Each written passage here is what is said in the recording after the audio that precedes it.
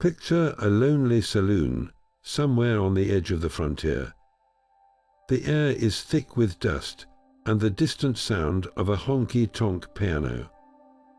A weathered wooden bar stretches across the room, and a lone cowboy pushes an empty plate away, satisfied. But what was on that plate? Not the steak or beans we see in every Western film, no. This was something else entirely, something forgotten. This is where our story begins, not with gold rushes or gunfights, but with the real daily struggle to eat in a world without grocery stores or refrigeration. The American West was built on more than courage and ambition. It was built on meals you've probably never heard of, created from necessity, ingenuity, and whatever could be found, foraged, or preserved under the vast and unforgiving sky. We're about to uncover the lost foods of the Wild West, the humble, the strange, and the surprisingly delicious dishes that fueled pioneers, outlaws, and settlers as they pushed westward into the unknown. These weren't just meals. They were acts of survival, each with a story to tell and a mystery to unravel. Think about it. What did people really eat when there were no railroads to bring oranges from California or beef from Texas? How did a mother on the Oregon Trail keep her children fed during a drought or a harsh winter? The answers are buried in old journals, faded recipes scribbled in the margins of family Bibles, and the oral histories of indigenous and immigrant communities whose knowledge often went unrecorded. We're talking about sourdough bread leavened with a starter carried for thousands of miles in a cloth pouch, hearty stews made with prairie turnips and bison, and sweets crafted from cactus fruit and honey. These foods tell a richer, deeper story of the West, one of cultural fusion, desperate creativity, and quiet resilience. It's a culinary history that Hollywood often overlooks, but it's every bit as dramatic as a high noon showdown. So join me on a journey back in time, to campfires under star-filled skies and chuckwagons rolling across the plains. We'll meet the people behind these forgotten flavors and rediscover what it truly meant to cook and eat on the frontier. This is more than history. It's a chance to taste the past, to understand the ingenuity and heart behind every bite that helped shape a nation. You might be surprised by what we find, and just how much these lost foods still have to teach us. So when we talk about a lost food, we aren't just referring to a forgotten recipe in an old cookbook. It's a much deeper disappearance. It's about entire ecosystems of eating that have vanished. A lost food can be a specific ingredient that was once foraged from the prairie, but is now overlooked. A preservation technique that was essential before the tin can became widespread. Or a complete meal rooted in a moment of desperation and ingenuity that simply wouldn't make sense in our modern world. These foods were inextricably linked to the landscape and the moment. They disappeared not because they were bad, but because the world that created them changed so drastically and so quickly. Industrialization is perhaps the biggest culprit. The expansion of the railroads didn't just bring people west. It brought standardized, mass-produced goods from the east. Why spend hours digging for wild prairie turnips when a sack of white flour, predictable and shelf-stable, could be bought from the general store? Why rely on the unpredictable yield of a prickly pear cactus when a barrel of sugar could be shipped in? Convenience and consistency began to overshadow local, seasonal, and foraged foods. Tastes changed, homogenized by the new national market, and the unique regional flavors of the frontier began to fade into obscurity. Then there's the contrast with the myth, the Hollywood version of Western cooking. We all have that image of the chuckwagon, a grizzled cook serving up heaping plates of beefsteak, bacon, beans, and coffee to a circle of cowboys. And while that diet was a reality for some, It was a luxury of the cattle drive, funded by a ranch owner. For the vast majority of people on the frontier, the homesteaders, the miners, the immigrants scraping by, their diet was far more humble and diverse. The real story isn't in that tin plate of beans. It's in the ways people stretched those beans with wild onions and dandelion greens, or the way they used every single part of an animal in 100 different ways, creating things like pioneer brain cakes or minced heart pie. These were the true survival foods, born from a scarcity that the romanticized cowboy narrative often ignores. Finally, we lost these foods because the knowledge was often oral, passed down through generations or between communities, and that chain was broken. A Native American method for preparing acorns to remove their bitterness, a Scandinavian immigrant's technique for fermenting fish in the cold ground, a Mexican rancher's recipe for sun-dried beef. These were not written down in best-selling cookbooks. They were lived experiences. When those communities were displaced, assimilated, or simply when time marched on, that intimate, hands-on knowledge faded away, taking with it the true flavor of the American West. To truly grasp the depth of this loss, we need to understand one of the most profound and devastating collapses in North American history: the end of the bison-based food system. For countless generations, the Great Plains were not a barren expanse to be crossed, but a vast, living pantry for the Native American tribes who called it home. Their entire way of life, their culture, and their survival were intrinsically woven with the immense herds of bison that roamed the land. And for the first European explorers and mountain men who ventured into this territory, the bison wasn't just a novel animal. It was the key to unlocking survival in an otherwise intimidating wilderness. This was a relationship built on profound respect and astonishing efficiency, where nothing from the magnificent animal went to waste. The most famous of these survival foods is pemmican, a word that comes from the Cree word pimmican. This wasn't just jerky. It was the ultimate power bar of the 19th century, a concentrated, nutrient-dense travel food engineered for survival. The process was a masterpiece of preservation. First, lean meat from the bison, usually from the hump or flank, was cut into thin strips and slowly dried, either over a low fire or in the blistering sun. This wasn't cooked so much as dehydrated, removing all moisture to prevent spoilage. The dried meat was then pounded almost into a powder, sometimes using a stone hammer on a raw hide. This pounded meat was then mixed with an equal amount of rendered bison fat, which is pure energy, sometimes for flavor and crucial vitamin C to prevent scurvy. Dried berries like chokeberries or Saskatoon berries were mixed in. The resulting paste was packed tightly into rawhide pouches called parfleches, where it would seal and could last for years, providing a vital high-calorie food source that could sustain a family through a harsh winter or fuel a long journey. It was the perfect food for the plains, but the story of the bison goes so far beyond pemmican. The use of the animal was a complete, closed-loop system of breathtaking ingenuity. The thick hide was not just for clothing or shelter. It was tanned and used to create durable containers for storing food and water, essentially the Tupperware of its day. The stomach, cleaned and dried, could be used as a cooking pot. You'd fill it with water and drop in hot stones from the fire to slowly simmer a broth. The bones were never thrown away. They were cracked open to access the rich, nutritious marrow inside, and then boiled for hours to create a hearty, mineral-rich bone broth that was a staple for the young, the old, and the infirm. Even the hooves and horns were transformed into glue and spoons. Sinew became thread and bowstrings. The dried dung, or chips, were a primary fuel source for fires on the treeless plain. This was a zero-waste operation, long before the term was ever invented, a testament to a deep, sustainable relationship with the natural world.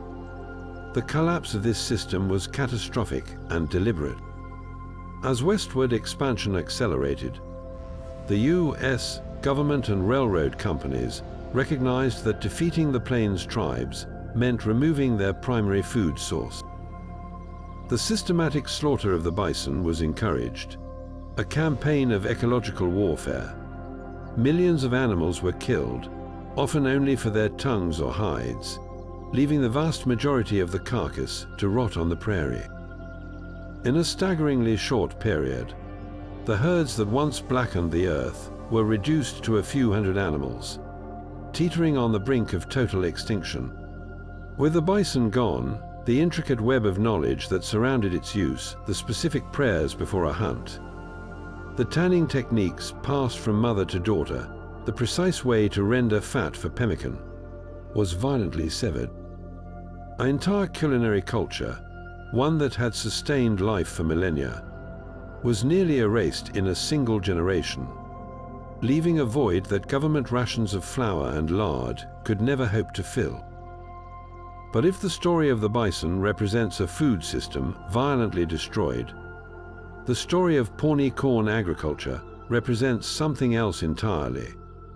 A sophisticated, sustainable way of life that was deliberately replaced and then forgotten. We often picture the Great Plains as a sea of grass, a wilderness perfect for cattle but not for crops. This is a myth. For centuries, the land along the rivers like the Platte and the Republican was a carefully managed garden, home to some of the most advanced agriculture on the continent. The Pawnee were not just hunters, they were master botanists and geneticists, cultivating over a dozen distinct varieties of corn, each with a specific purpose, flavor, and story. Their calendar wasn't divided by months, but by the moons that corresponded to the stages of the corn's life cycle. The planting moon, the roasting ears moon, the harvest moon. Corn was more than food. It was the center of their spiritual and cultural universe, a sacred gift that defined their relationship with the earth. The diversity of their corn was astonishing. They grew tough flint corn, with its hard, glossy kernels that could be stored for years without spoiling, perfect for grinding into meal for the long winter. They cultivated soft flour corn, which produced a fine, sweet powder ideal for baking and thickening stews. They even had their own native popcorn, a special strain that would burst into fluffy white morsels over the fire. Each variety was a testament to generations of careful selection, saving seeds from the strongest, most productive stalks season after season. This wasn't farming by accident. It was a deep, scientific understanding of heredity and adaptation, ensuring their crops could withstand the droughts, winds, and pests of the plains. The loss of these specific seed strains is one of the great tragedies of American agriculture. A genetic library burned to the ground. Their farming technique was just as brilliant as the seeds they saved. They practiced the Three Sisters method, a companion planting system of corn, beans, and squash that is a lesson in perfect ecological harmony. The cornstalk grows tall and sturdy, becoming a natural trellis for the climbing bean vines. The beans, in return, pull nitrogen from the air and fix it into the soil, fertilizing the corn and squash. The large, broad leaves of the squash plant spread out around the base, shading the soil, locking in moisture, and suppressing weeds with a living mulch. Together, these three plants create a self-sustaining ecosystem that requires no plows, no chemical fertilizers, and very little weeding. It's a system that builds the soil rather than depleting it, a lesson in balance we are only now rediscovering in modern organic farming. This entire world began to unravel with the arrival of homesteaders and the U.S. government's policy of allotment. Settlers saw the Pawnee's fertile river-bottom land and wanted it for their own single crop, plough-based agriculture. The complex, biodiverse gardens of the Three Sisters were replaced with endless, monotonous rows of wheat or sorghum.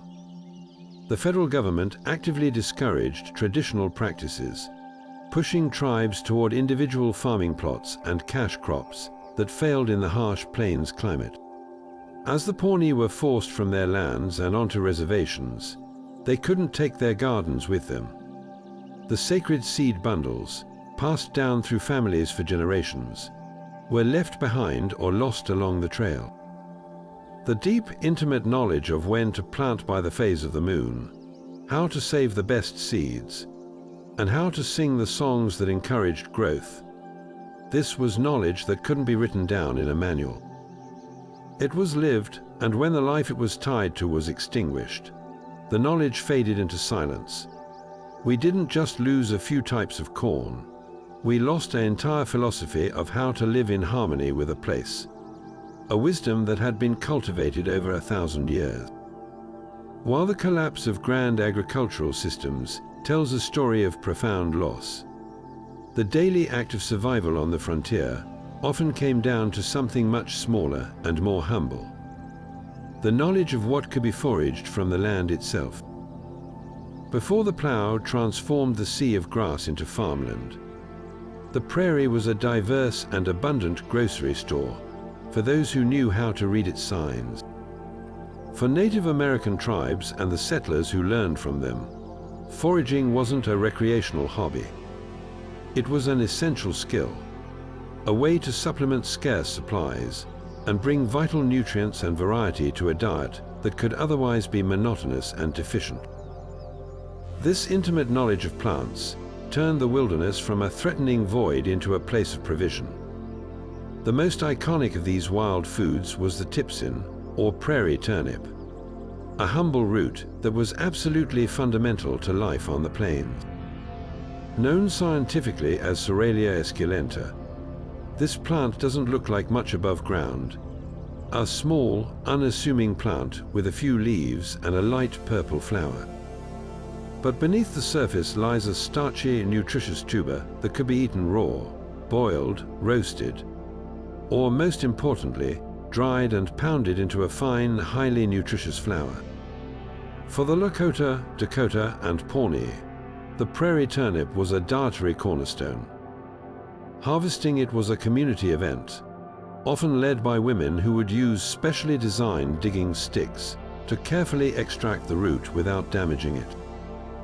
They would then painstakingly peel, braid, and dry them into long strings that could be stored for years, providing a crucial source of carbohydrates and calories during the brutal winter months when nothing else was growing.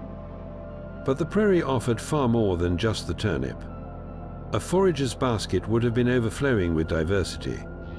Wild onions, with their sharp, pungent flavor, grew in patches and were a welcome source of seasoning, cutting through the richness of fatty meats. Lamb's quarters, a leafy green that we now consider a weed, was gathered and boiled like spinach, providing iron and vitamins. Amaranth greens, another powerhouse of nutrition, were cooked down into hearty, nutrient-dense dishes. Come summer, the plains would burst with berries. Tart, vitamin C-rich chokecherries were pounded into pemmican, while juicy wild plums and raspberries were eaten fresh or preserved into jams and leathers. Every plant had a season, a purpose, and a method of preparation, creating a cyclical calendar of harvest that was deeply woven into the cultural fabric. This knowledge represented a sophisticated understanding of botany and ecology. It wasn't just about identifying a safe plant to eat. It was about knowing which part of the plant to harvest and when, which required careful observation of the seasons and the life cycle of the flora. For example, the inner bark of the slippery elm tree could be harvested in the spring and ground into a soothing flour for making gruel, especially for the sick or elderly. Milkweed buds, if boiled in multiple changes of water to remove their bitterness, became a vegetable reminiscent of green beans. The sap of the box elder tree could be tapped in the spring like maple syrup. This was a science of place, passed down through generations not in textbooks, but through hands-on experience and oral tradition. The end of this foraging tradition is a quieter story of loss than the slaughter of the bison, but no less complete. It began with the plough. The Homestead Act and the advancement of sod-busting steel ploughs literally turned this diverse ecosystem upside down.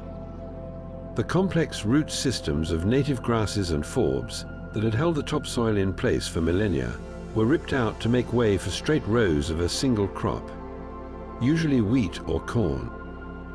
The prairie turnip, which thrived in the undisturbed, deep-rooted grass communities, couldn't survive the fragmentation of its habitat. Its primary pollinator, a specific native bee, disappeared along with the flowers it relied on. The biodiverse buffet was replaced with a monoculture, and the very land that had provided such a variety of foods became biologically simplified and dependent on external inputs. With the loss of the land came the devaluation of the knowledge, as native children were sent to boarding schools where they were punished for speaking their own languages and practicing their traditions. The intricate lessons of plant identification and harvesting were not passed on. Settler children, now living on farms with general stores, no longer needed to learn which wild greens could prevent scurvy. They could simply buy oranges shipped in by rail. The wisdom of the forage, painstakingly accumulated over centuries, was dismissed as primitive in the face of modern agriculture. We didn't just lose plants, we lost an entire lexicon of survival. A deep literacy of the land that taught resilience, sustainability, and respect for the intricate web of life that once defined the American West. Now let's hitch our wagon to one of the most enduring symbols of Western food, the chuckwagon.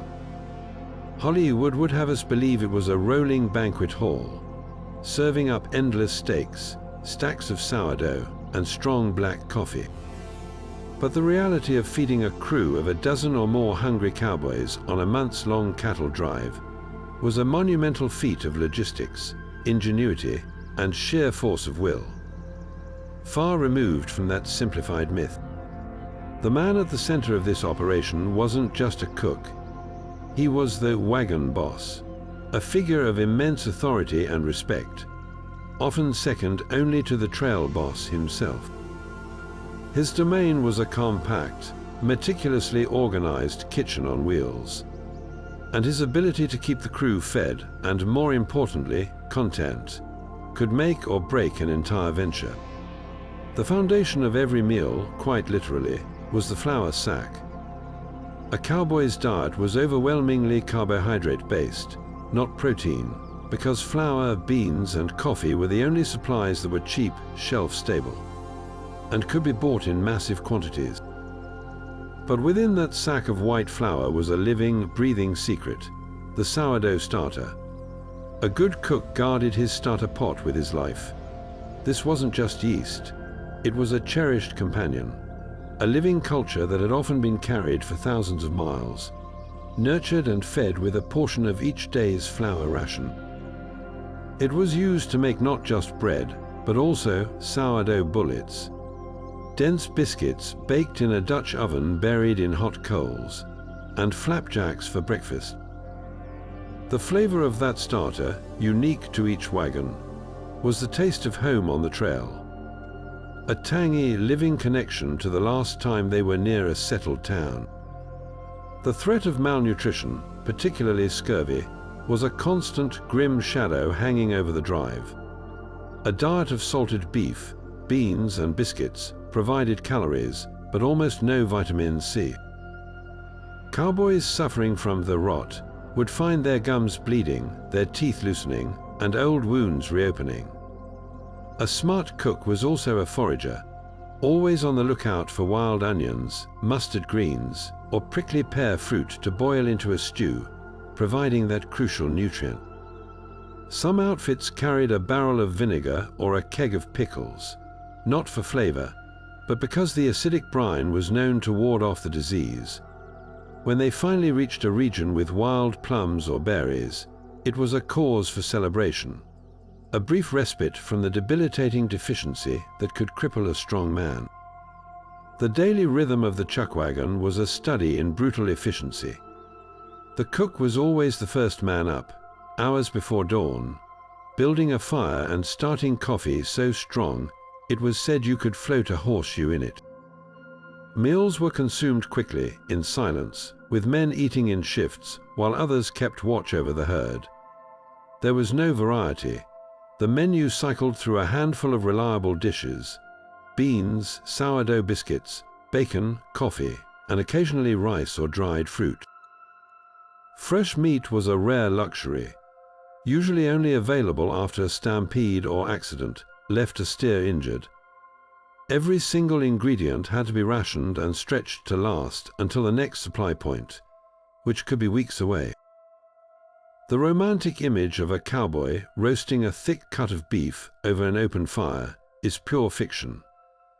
That steer was worth more money alive at the railhead than it was as a single meal on the trail. The true flavor of the cattle drive was not sizzling steak, but the smoky tang of sourdough, the earthy blandness of beans, and the bitter kick of black coffee, the humble, vital fuels that powered the great drives north. While the chuckwagon cook fought scurvy with foraged greens, the culinary scene in a frontier town saloon presented a very different kind of survival strategy, one driven by commerce and cunning. Step through those swinging doors and you're hit with the familiar scene: the long bar, the card games, the piano music.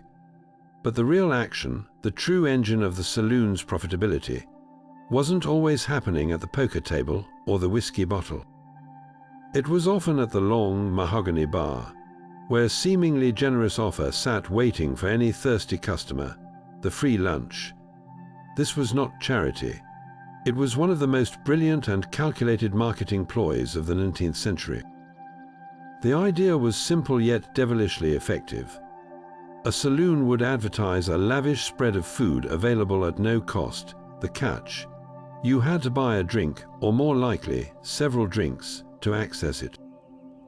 The economics were flawless.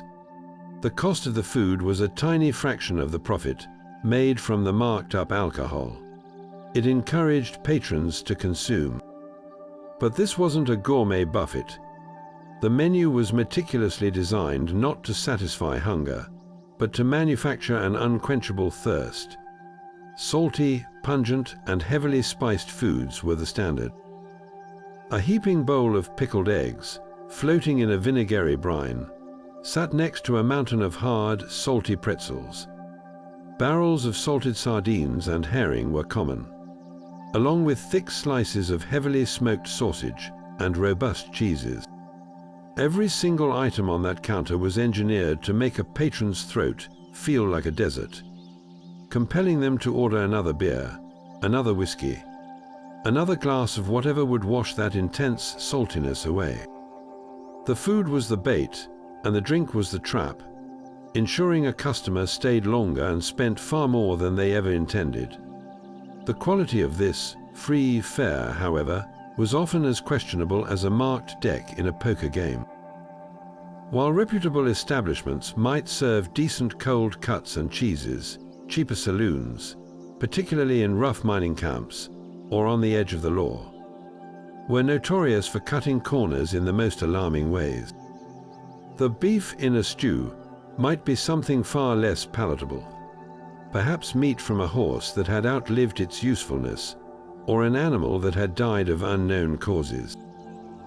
There's a reason many old accounts mention the prevalence of highly spiced meats. A heavy hand with pepper, cayenne, and other strong spices could effectively mask the flavor of meat that was just on the verge of turning. Dairy products were another area of concern in an era before widespread refrigeration. Cheese could sit out for days, growing harder and more pungent by the hour. Butter, if it was offered, could easily become rancid. To counter this, saloon keepers would sometimes add extra salt or colorings to make old food appear fresher and more appealing to the eye. if not the palate. The environment itself was a challenge. Food was left exposed in smoky, dusty rooms, with no protection from flies or the general grime of a busy establishment. For a cowboy or miner who had been living on a monotonous trail diet, this salty, spicy spread might have seemed like a feast. But it was a gamble with every bite, a culinary roulette where the stakes were one's own stomach. This practice created a fascinating and darkly humorous culinary ecosystem. The same railroad that homogenized tastes also supplied these saloons with cheap, mass-produced ingredients perfect for the free lunch industrial-grade pickles, barrels of salt pork, and tins of oysters that were often past their prime. The free lunch was in many ways the antithesis of the local, foraged, and seasonal eating that defined earlier frontier survival. It was an early example of processed, convenience food culture, driven not by nutrition or sustainability, but by pure, unadulterated profit, revealing that the Wild West was being commercialized long before the frontier ever officially closed. Far from the cattle trails and the smoky saloons, in the sun-baked landscapes of the Southwest, another culinary tradition was rising with the sun, one built not on mobility, but on profound connection to place. Here, the rhythm of life and the rhythm of baking were intertwined, centered around a simple earthen structure, the horno. These beehive-shaped adobe ovens, dotting the yards of pueblos and haciendas, are among the oldest cooking technologies in North America, and they represent a completely different approach to frontier survival.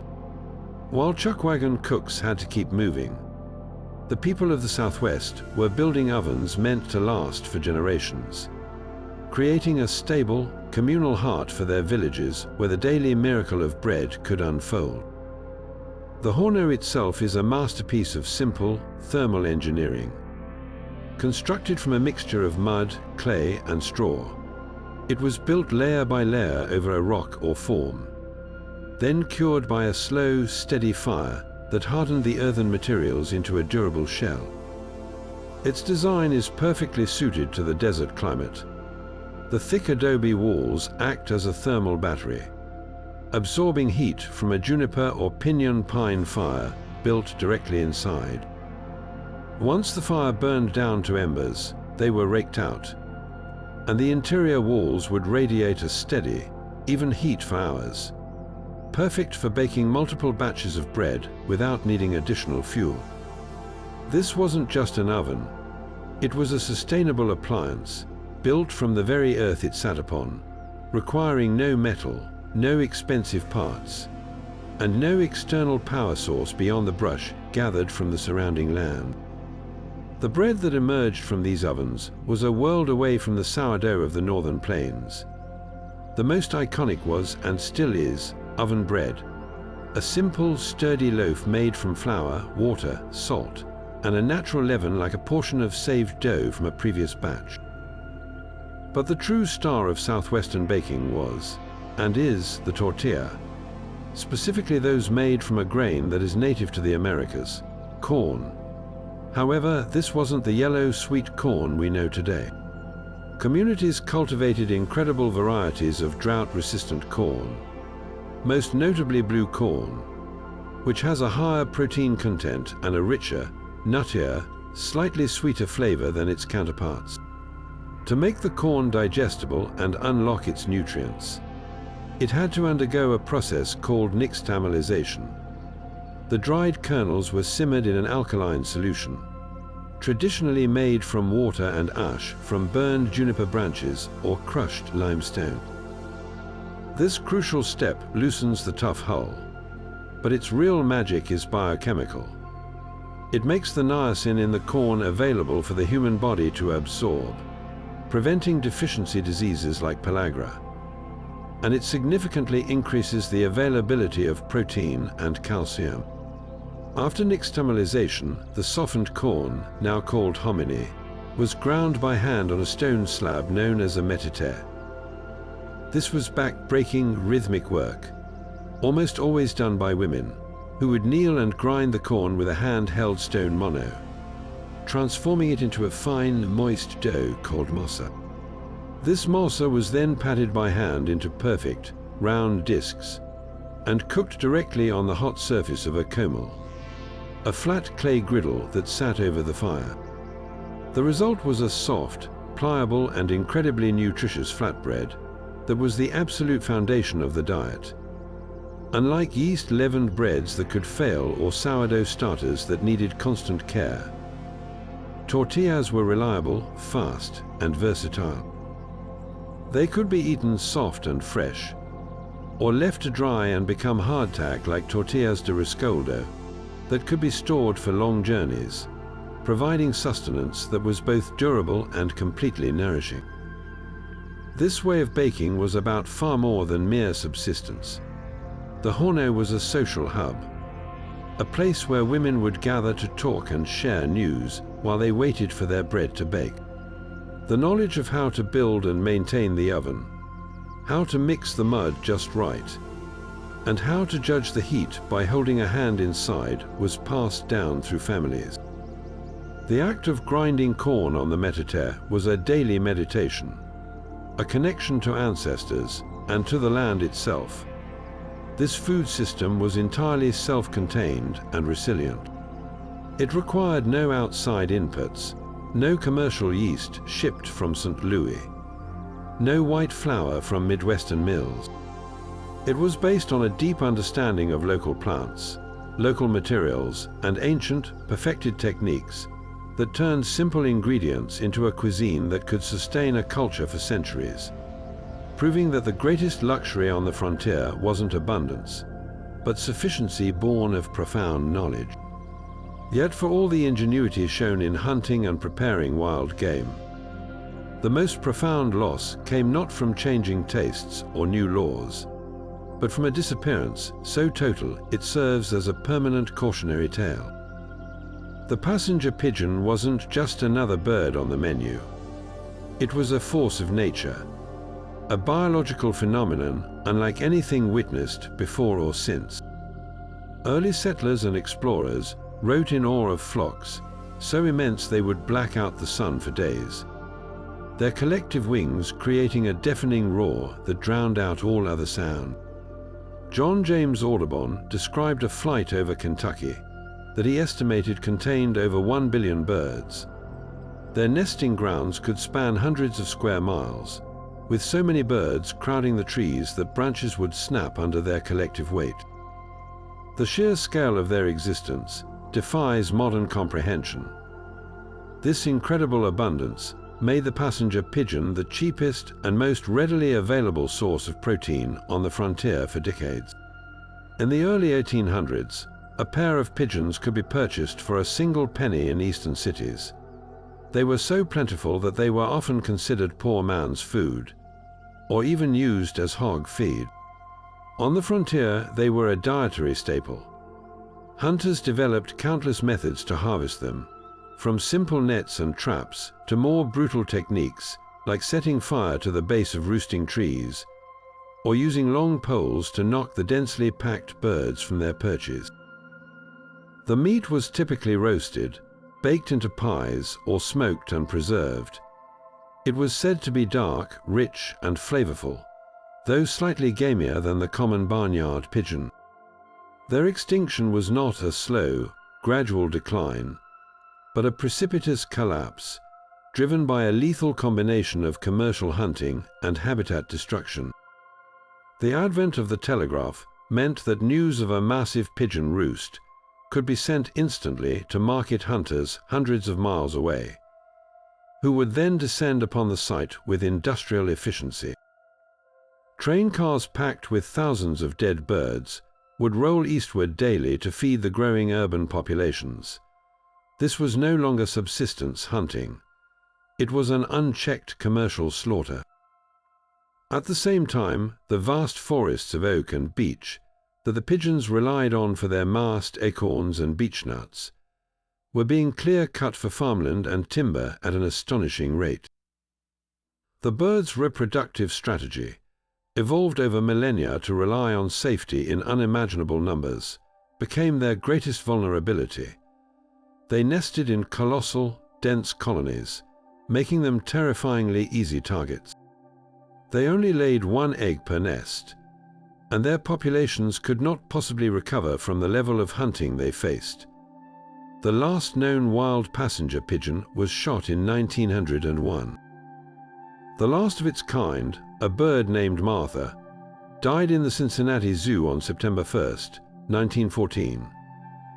Her body was packed in a 300-pound block of ice and shipped by train to the Smithsonian Institution, where she was stuffed and put on display, a silent, feathered monument to a species we erased from the planet in little more than a century.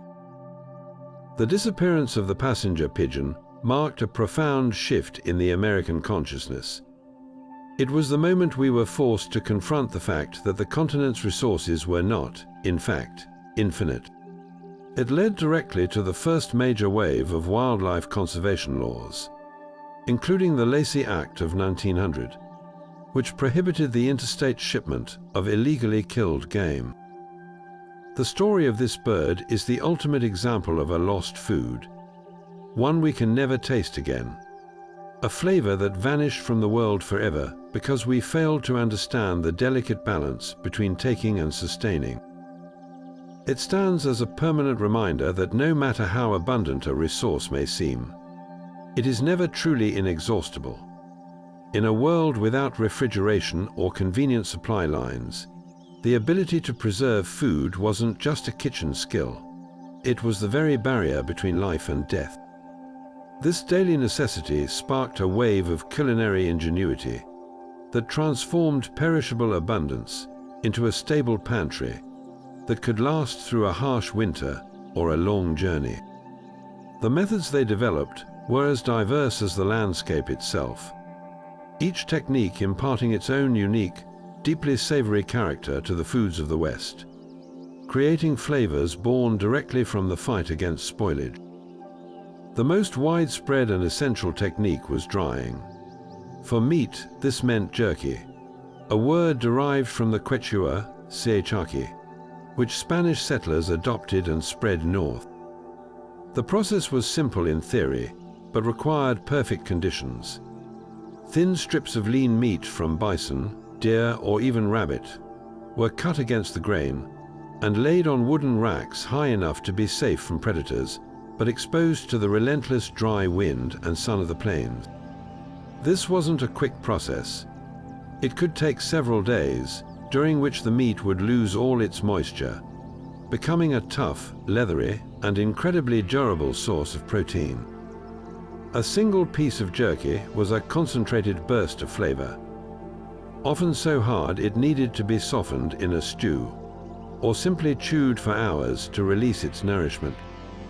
This same principle applied to fruit. When berry season arrived, it was a race against time. Families would mash ripe chokecherries, plums, or apricots into a thin puree, spread it onto oiled cloths or flat rocks, and let the sun do its work.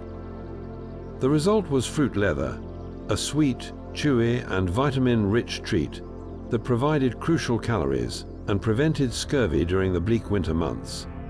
A tangible taste of summer preserved in a flexible sheet. Where simple drying ended, smoking began. This method added a layer of protection and a profound depth of flavor. Meats and fish were suspended inside a small, enclosed hut or over a slow, smoldering fire made from specific hardwoods like hickory, oak, or apple. The smoke acted as a dual agent. It delivered antimicrobial compounds that further inhibited bacterial growth, and it infused the food with that rich, smoky essence we now associate with barbecue. But this wasn't barbecue for pleasure. It was a practical alchemy.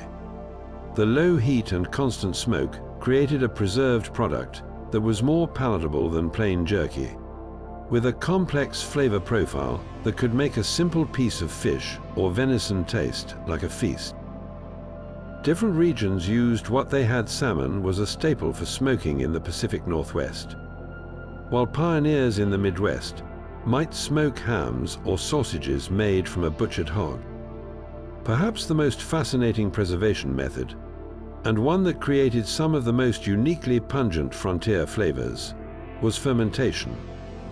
In root cellars and spring houses across the frontier, crocks and barrels bubbled away, performing a silent microbial magic.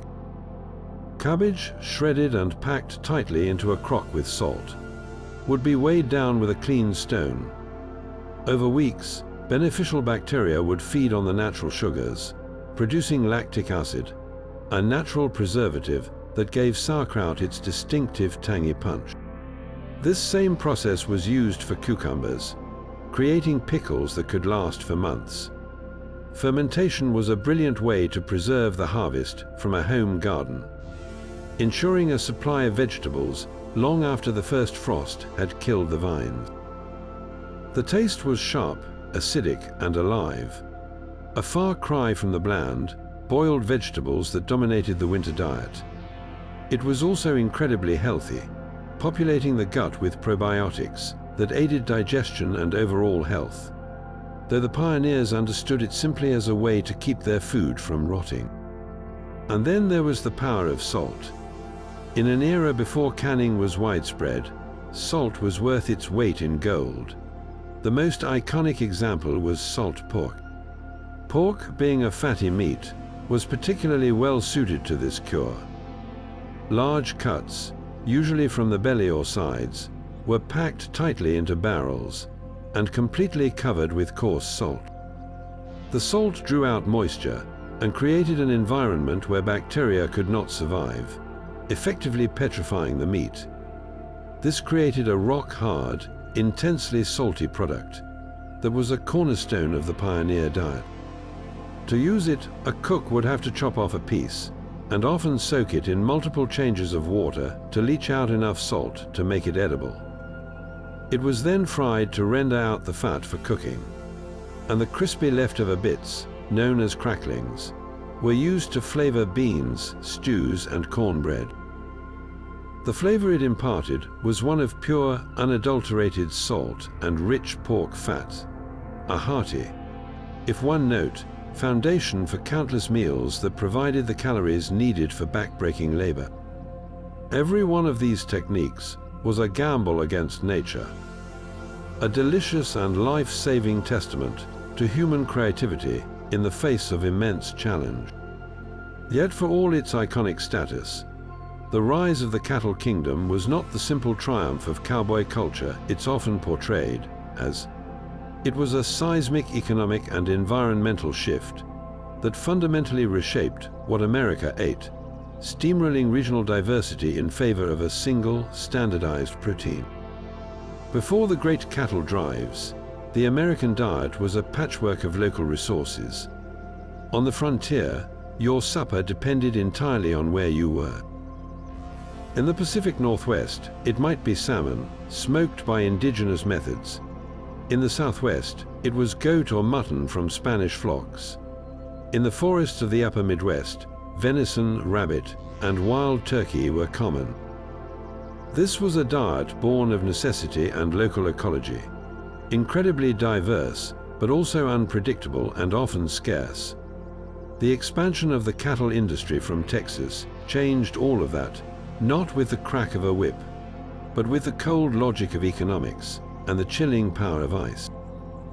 The story begins with the Longhorn, a tough, wiry breed descended from Spanish cattle that had gone feral and multiplied by the millions in the brush country of South Texas after the Civil War.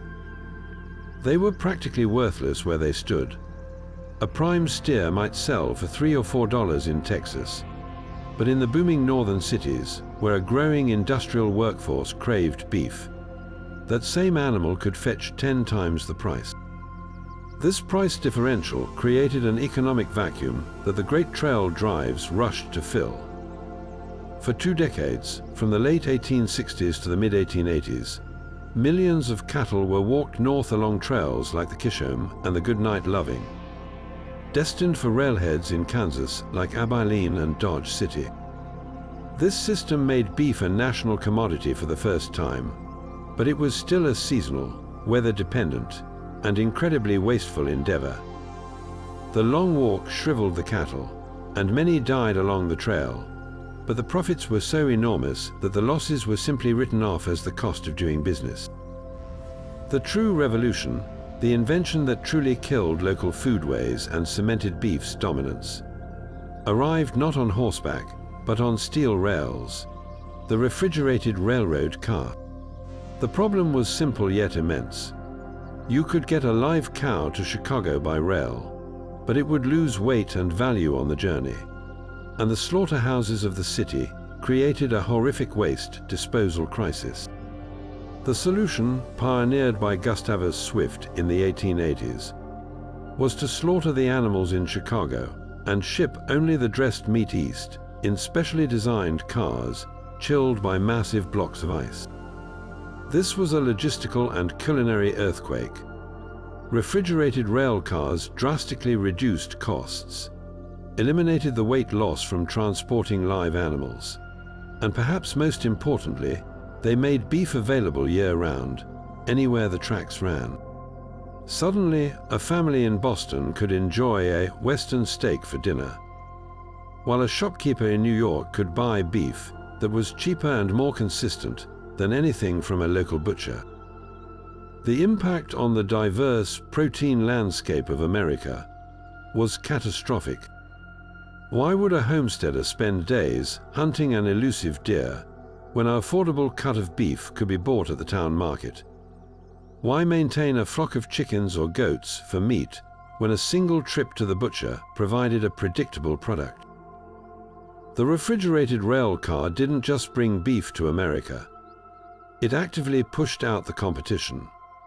Local game, from bison to prairie chicken, had already been decimated by market hunting and habitat loss. Now, the remaining niche for local meats was erased by economic convenience. The taste of the nation began to homogenize around a single, blandly consistent flavor. The rich, gamier taste of venison, the distinctive flavor of wild duck, the unique texture of goat, these began to fade from memory, replaced by the uniform taste of corn-fed Midwestern beef. The cattle kingdom didn't just provide a new food. It engineered the extinction of countless regional culinary traditions, creating a national diet that was more reliable, but immeasurably poorer for its lack of variety. But long before the railroad could deliver barrels of refined white sugar to the general store, the frontier had to find its sweetness closer to home. In the vast stretches between settlements, the craving for something beyond the savory and the salty was a powerful human desire, one that couldn't be satisfied by wild berries alone. The answer wasn't found in a sack from the east. It grew tall and green in the fields, a humble grass with a secret stash of liquid gold. This was sorghum cane, and for generations of pioneers, it was the very essence of sweetness on the frontier. A crop whose cultivation and transformation into molasses represented a monumental, community-wide effort for a taste we now take utterly for granted. Sorghum, often called sorghum cane, to distinguish it from the grain sorghums, was the perfect frontier crop. It was incredibly resilient, thriving in poor soil where other crops would fail, tolerating drought and intense heat with a stubborn determination that mirrored the spirit of the people who grew it. A single planting could yield a towering crop, with stalks often growing over 8 feet tall, their heads bursting with tiny seeds and their cores filled with a sweet, mild juice. A family would dedicate a large section of their garden plot to this crucial plant, knowing that the success of the harvest would determine whether their winter pantry held the comfort of sweetened breads, pies, and cakes, or faced a long season of savory austerity. The entire process, from planting to pouring, was a race against the first frost, which would destroy the precious juice within the stalks. The real magic and the back-breaking labor began at harvest time. This was never a one-family job. It was a neighborhood event, a sorghum stir that brought the entire community together. Men and boys would move through the fields with butcher knives, cutting the towering stalks at the base, and carefully stripping them of their leaves, which were saved as valuable fodder for livestock. The cleaned stalks were then hauled to the heart of the operation, the horse-powered mill. This simple, brutal machine was often owned by one family in the area and shared by all. It consisted of two large, vertical iron rollers, connected by a long, sweeping pole called a sweep arm. A patient horse or mule was hitched to this arm and walked in an endless, trudging circle, providing the power to turn the rollers. The stripped sorghum stalks were fed by hand into the gap between these turning iron rollers. As the horse plodded on, the rollers would crush the fibrous stalks with a great groaning and squealing, squeezing every last drop of the sweet, pale green juice into a trough that ran into a collection barrel. This was dangerous work.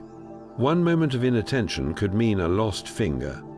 The spent stalks, now dry and crushed flat, were called pumice, and they were piled up to be used later as fuel for the boiling pan or as rough bedding for animals. Nothing was wasted. The fresh juice was then carefully strained to remove any bits of stalk or dirt, and the real alchemy could begin.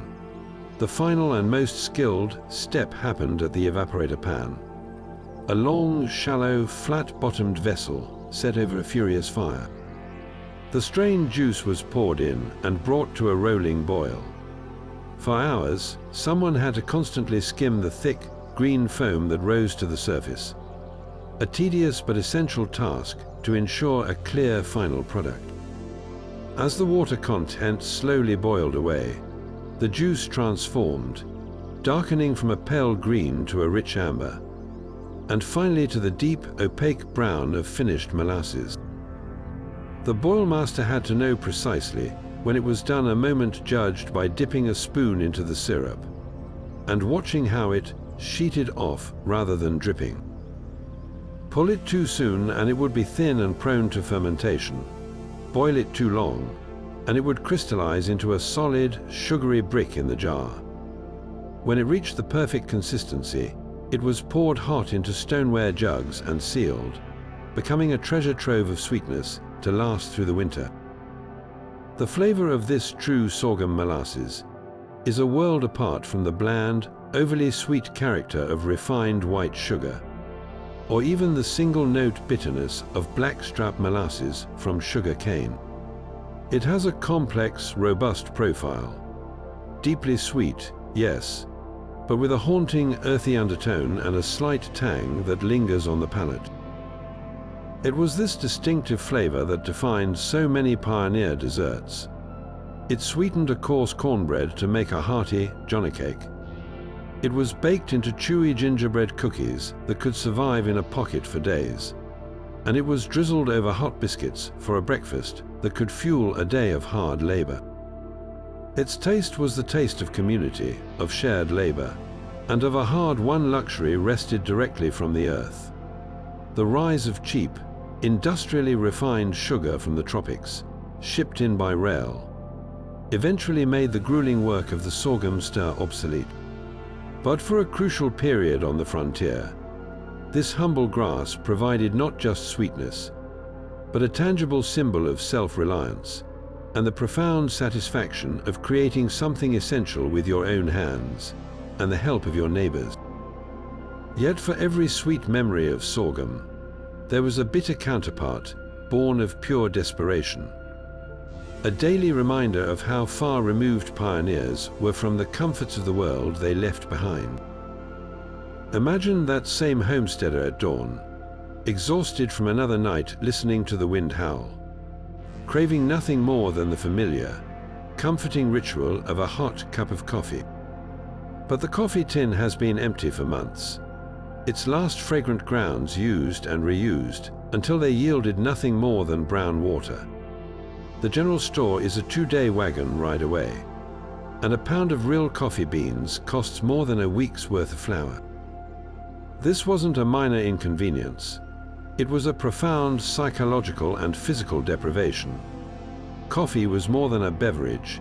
It was a moment of warmth, a stimulant for the brutal day of labor ahead, a tiny thread connecting them to civilization. In its absence, they were forced to become culinary alchemists, scouring the landscape for anything that could be roasted, ground, and boiled into a dark liquid that might, if they squinted, approximate the real thing. The most common and accessible substitute grew right overhead, the mighty oak tree. Acorns were a survival food for countless indigenous cultures, but transforming them into a coffee-like brew added a new layer of complexity to their preparation. The process was an arduous, days-long test of patience. First, the ripe acorns had to be gathered, their caps removed. Then came the most critical step, leaching out the bitter, astringent tannins that make raw acorns inedible. Pioneers would crack the shells, remove the nut meats, and then either boil them in multiple changes of water until the water ran clear, or grind them into a coarse meal and soak that in a cloth bag in a running stream for several days. Once the tannins were removed, the pasty, neutral-tasting nut meat had to be thoroughly dried, often in the sun or in a slow oven. Only then could it be roasted, a process that required constant attention to achieve a dark, coffee-like color without burning. The roasted acorns were finally ground in a coffee mill or pounded with a mortar and pestle, ready to be brewed. The resulting drink, often called acorn coffee or Confederate coffee, during the Civil War when blockades made real coffee scarce, was a far cry from the real thing. It lacked caffeine, of course, so it provided no energetic lift. The flavor was typically described as earthy, nutty, and thin, with a distinct bitterness that no amount of roasting could completely erase. Yet for someone desperately missing the ritual, the simple act of holding a warm, dark mug of something that looked vaguely like coffee provided a powerful psychological comfort, a small semblance of normalcy in an otherwise harsh existence. Beyond the oak groves, pioneers turned to a whole pantry of roasted roots and grains. Chicory root became one of the most popular and enduring substitutes, a practice immigrants brought from Europe. The long taproot of the chicory plant was dug up, cleaned, chopped, and then roasted until it was dark, brittle, and fragrant. When brewed, it produced a dark, intensely bitter liquid that actually bore a closer resemblance to coffee in color and body than acorn coffee did. Its bitterness was so pronounced that it was often blended with real coffee to stretch supplies. A tradition that continues in New Orleans-style coffee blends to this day. For those without access to chicory, almost any hard grain or seed would do. Corn was parched black in a skillet, ground and brewed. Rye and wheat berries underwent the same treatment. Pieces of dried beet or carrot were even roasted as a last resort. These burnt grain brews were universally harsh and acidic, often tasting more like scorched toast than coffee. But they were hot and dark, fulfilling the basic need for a warm morning beverage when the true article was nothing but a distant memory. Yet in the vast, arid landscapes of the Southwest, where the scorching sun made the very idea of fresh milk seem like a fantasy, a different kind of dairy miracle was taking place. Here, far from the butter churns and spring houses of the East, Spanish missionaries and Mexican rancheros faced an immense challenge: how to preserve one of the most perishable nutrients in a land without ice or cold streams.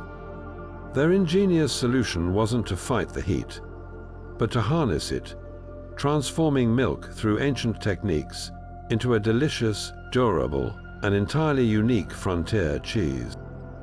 This was the birth of Southwestern dairy, a story of cultural fusion and brilliant adaptation that gave rise to enduring favorites like queso fresco and its aged cousin, queso anillo.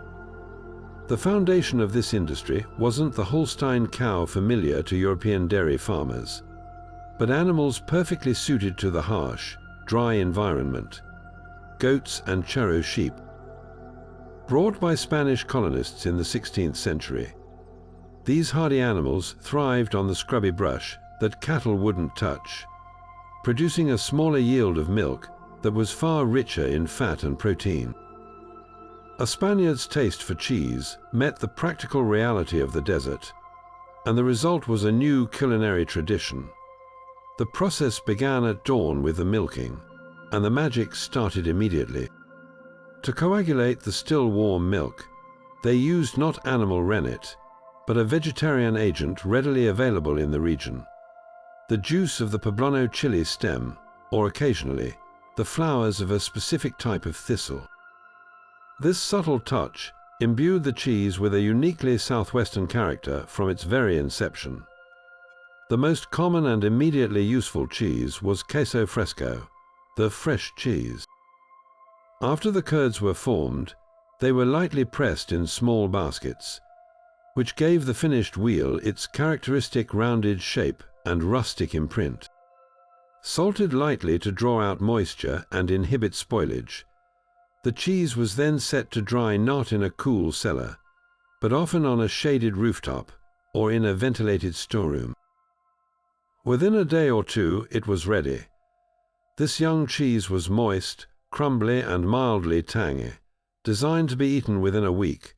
It didn't melt, it softened, making it a perfect protein-rich garnish for beans, stews, and the daily tortilla. It was a fresh dairy product, engineered for a climate where true freshness was impossible. A clever workaround that provided crucial calories and flavor. For longer preservation, they turned to queso añejo, the aged cheese. Here, the desert sun became an active ingredient. These smaller, drier balls of queso fresco were left to harden further, sometimes for weeks, in the dry desert air. They would be rubbed with salt, or even a light coating of oil to seal them, developing a hard, yellowish rind and a granular, intensely salty, and sharply tangy interior. This was a cheese built to last for months, shaved over dishes or eaten as a concentrated burst of flavor and fat on long journeys. In its hardest, driest form, it was known as queso seco, essentially a dairy-based hardtack. Some traditions even involved aging the cheese in skin bags or caves to encourage specific molds, creating early, localized versions of a blue cheese. Perhaps the most fascinating and lost chapter of this story involves a native animal, the American bison. There are scattered but compelling accounts from Mexican rancheros and indigenous communities on the plains describing experiments with buffalo cheese.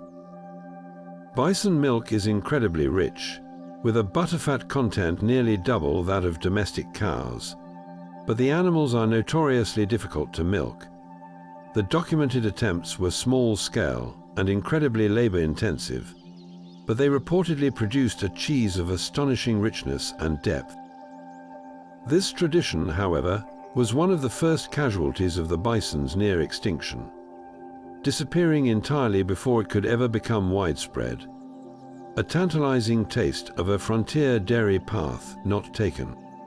The success of southwestern cheese making proves that preservation wasn't always about combating the environment. Sometimes the most profound ingenuity lay in listening to the land and learning to work within its rules to create something both nourishing and entirely new.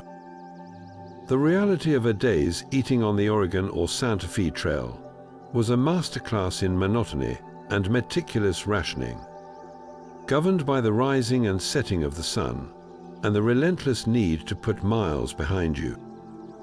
There was no grand breakfast sizzling over an open fire. The morning began in the cold, grey half-light before dawn, the camp stirring to life with the cook already hunched over the remnants of last night's fire, coaxing embers back to life. The first meal was a silent, hurried affair, often eaten standing up. A cold, hard leftover biscuit from the previous evening, perhaps dunked into a tin cup of strong, black coffee boiled in the same pot that would later cook the stew. This wasn't a meal for enjoyment. It was a practical fuel injection. A few calories to stoke the body's furnace for the hours of walking or wagon driving ahead. There was no time for elaborate preparation. The goal was to be packed and moving within an hour of waking. Every minute of daylight, a precious commodity, not to be wasted on a leisurely breakfast.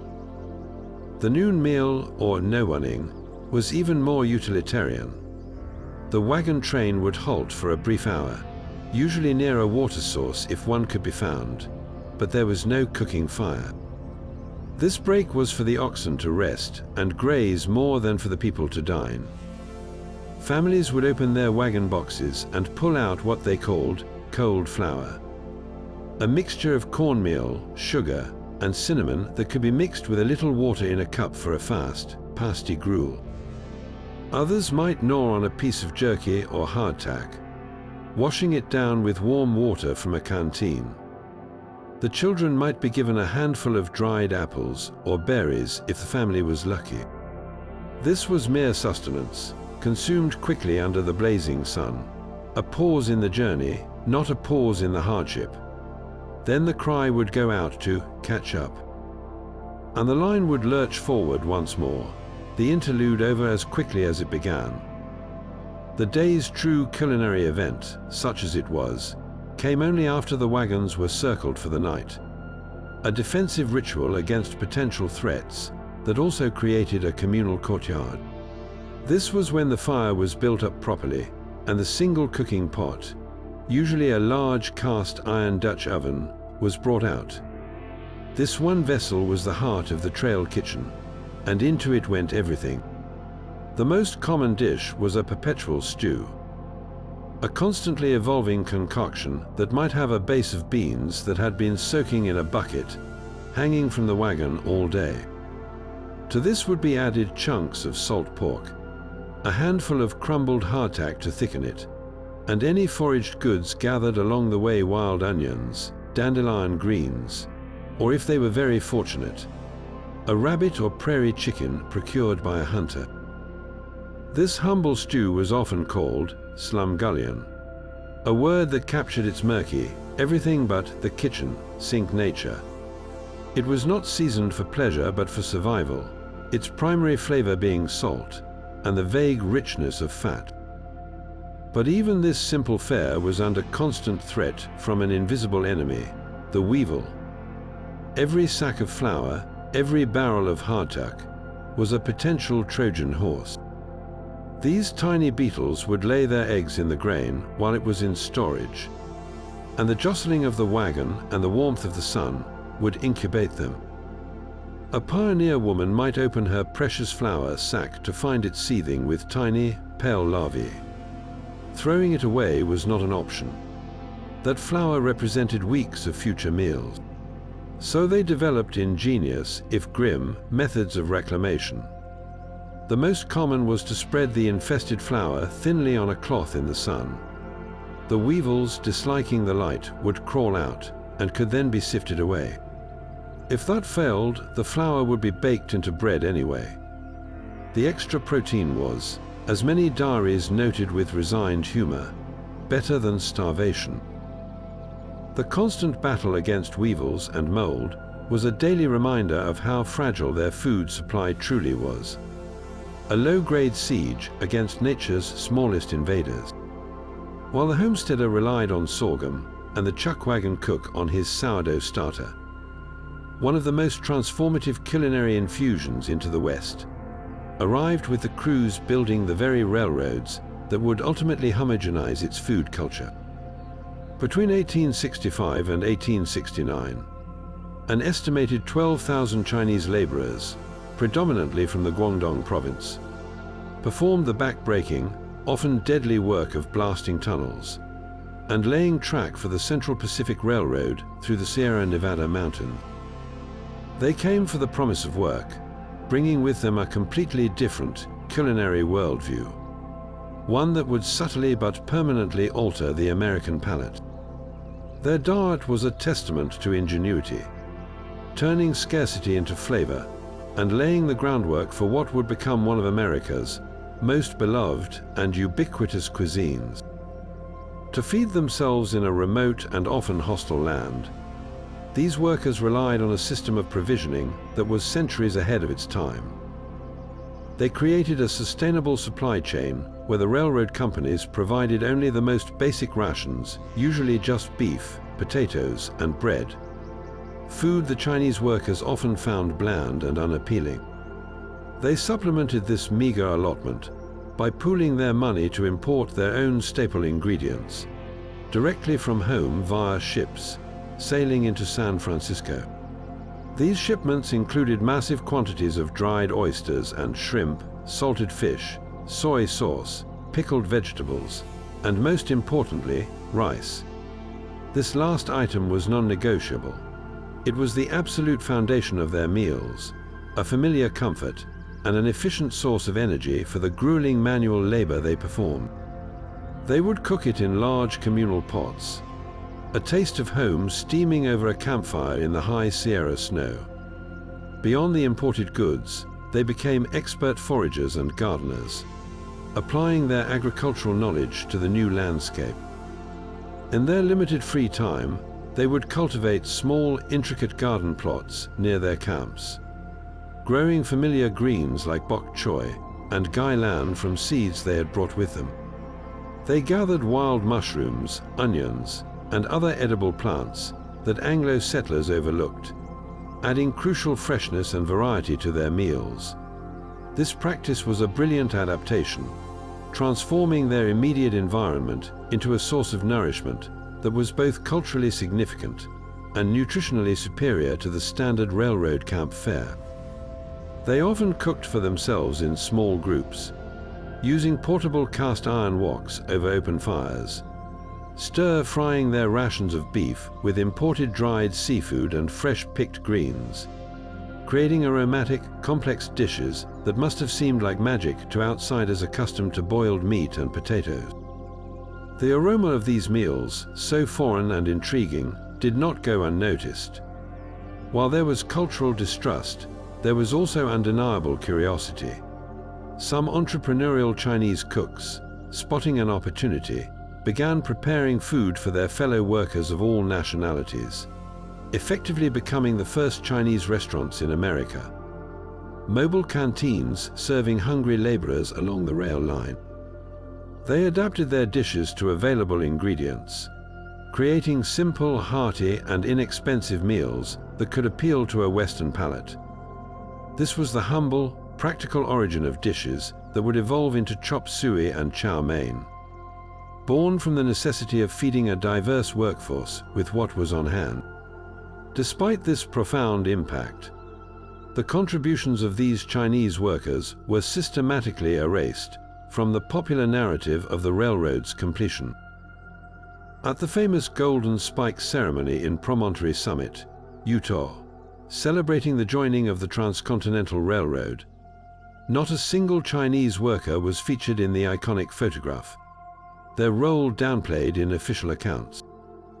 Their culinary legacy suffered a similar fate. As Chinese immigrants moved into cities and established Chinatowns, their cuisine was often dismissed as ethnic and strange by mainstream white America, even as it became popular. The sophisticated regional cuisines of China were simplified and westernized into a new category of American Chinese, food to survive. Its true origins in the railroad camps forgotten. The dried oyster that flavored a worker's stew, the bok choy grown in a high-altitude garden, these were the seeds of a culinary revolution, planted by men whose names we never learned, whose stories were omitted from the history books, but whose flavors ultimately conquered the American continent as completely as the railroads they built. Yet hidden among the sagebrush and clinging to riverbanks were wild treasures that provided a vital counterpoint to this savory monotony. A burst of tart sweetness that defined the true flavor of the frontier for those who knew where to look. One of the most important was a humble, thorny shrub that seemed to thrive on neglect, the buffalo berry. This resilient plant was a fixture of the plains, its silvery green leaves and bright red or orange berries standing out against the dusty landscape. The berries themselves were notoriously tart, even astringent when raw, packed with natural saponins that created a slight foaming sensation in the mouth. But frontier cooks, particularly those who learned from Native American neighbors, saw past the initial pucker to the potential within. They knew that cooking was the key to unlocking the berry's magic.